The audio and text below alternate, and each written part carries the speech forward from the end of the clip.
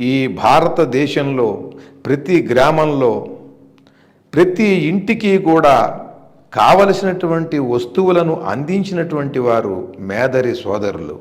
వీరు చాలా అందంగా బుట్టలల్లుతారు, చాపలల్లుతారు. ఆ చాపలు కూడా చక్కగా చిలకలు, హంసలు, ఆవు, ఏనుగు ఇటువంటి అద్భుతమైనటువంటి బొమ్మలన్నీ కూడా ఈ చాపల మీద ఉంటాయి, బుట్టల మీద ఉంటాయి. చాలా అద్భుతమైన ప్రతిభతో ఇళ్ళు నేస్తారు. తాటాకులతో, కొబ్బరాకులతో ఇళ్ళు నేస్తారు, దళ్ళు కడతారు. వీరి యొక్క నైపుణ్యం, వీరి యొక్క ప్రధానమైన పాత్ర ఇంత అంత అని చెప్పడానికి వీల్లేదు. చాలా ప్రాధాన్యం ఉన్నది వీరికి ఈ గ్రామీణ వ్యవస్థలో. భారతీయ గ్రామీణ వ్యవస్థలో ఉన్న అద్భుతమైనటువంటి వృత్తి మేదరుల వృత్తి.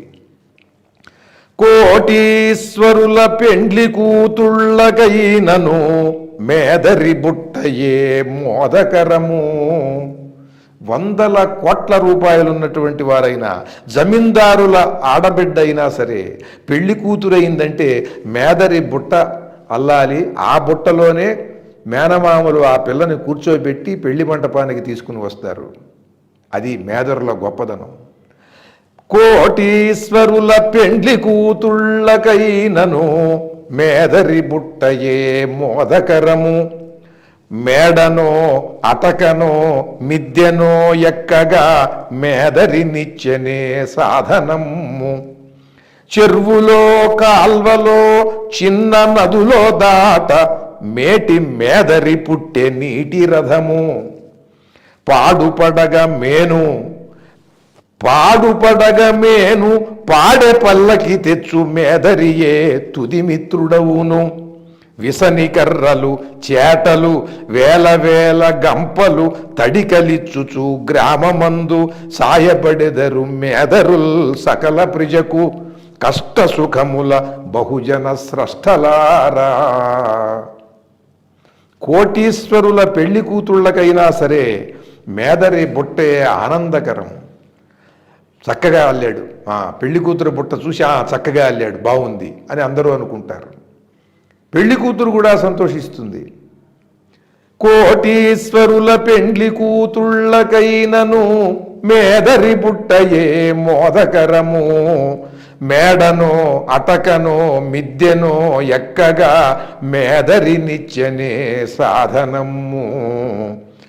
చెరువులు, కాలవలు, చిన్న నదులు, చిన్న చిన్న వాగులు ఇవి దాటాలి అని అంటే మేటి మేదరి పుట్టె నీటి రథము.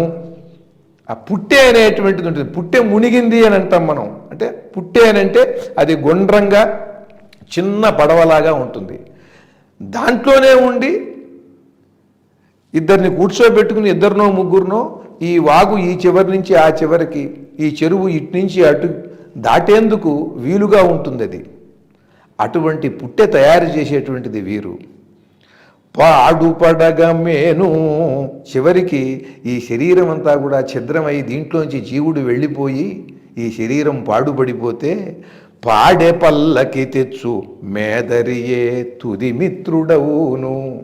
పాడే అనే పల్లకి తీసుకుని వచ్చి ఊరేగిస్తూ తీసుకువెళ్ళేందుకు ఈ మేదరి చివరి మిత్రుడు ఈ శరీరానికి.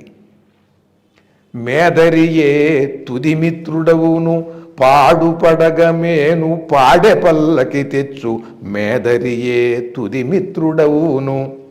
విసని కర్రలు, చేటలు, వేల వేల గంపలు తడికలిచ్చుచు గ్రామమందు సాయపడెదరు మేదరుల్ సకల ప్రజకు కష్ట సుఖముల బహుజన స్రష్టలారా. పెళ్లికి మేదరి గంప అవసరం, చావుకి మేదరి తెచ్చే పాడే అవసరం.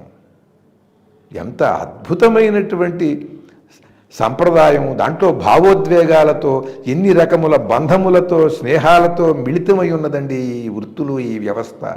ఆ సెంటిమెంట్స్ మనం మాట్లాడుతూ ఉంటాం, సెంటిమెంట్స్ అని. ఆ మేదరితో ఎంత సెంటిమెంటు, ఆ బంధం ఉన్నది ఆ వృత్తితో. పెళ్ళికి కావాలి మేదరి, చావుకి కావాలి.